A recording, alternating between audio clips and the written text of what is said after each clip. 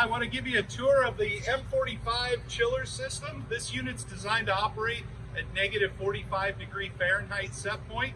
It's designed to use a coolant product that's called Dynalene HC50.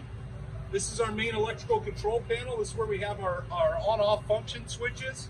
This is also when the unit's powered up. This is where we'll have our touchscreen interface, where we'll change set points, other systems we can see some pressures, things like that.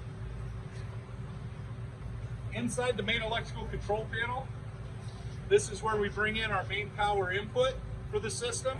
We have a Pro Elliott gateway, TCC microprocessor control card, circuit breakers, control relays. We want to make sure we get the internet up and running to the unit so we can have remote access and see how the system's operating. We also have QR codes inside the panel, as well as on the outside for quick access to technical documentation.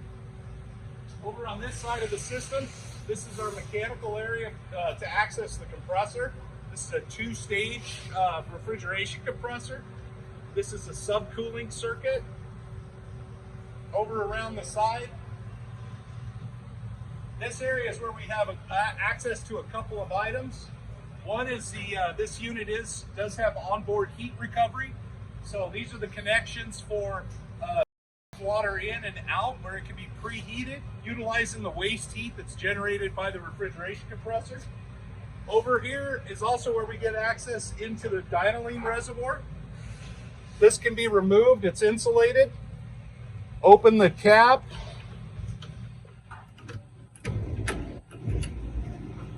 And we get access to the reservoir. We want to keep that reservoir full at all times. Over around this side, this is the the condenser. So this is where we're drawing in air. We want good airflow here. We don't want to have any obstructions. Ideally, we want to see clearance of at least 4 feet. We can get access to the pump station and the pump in this area.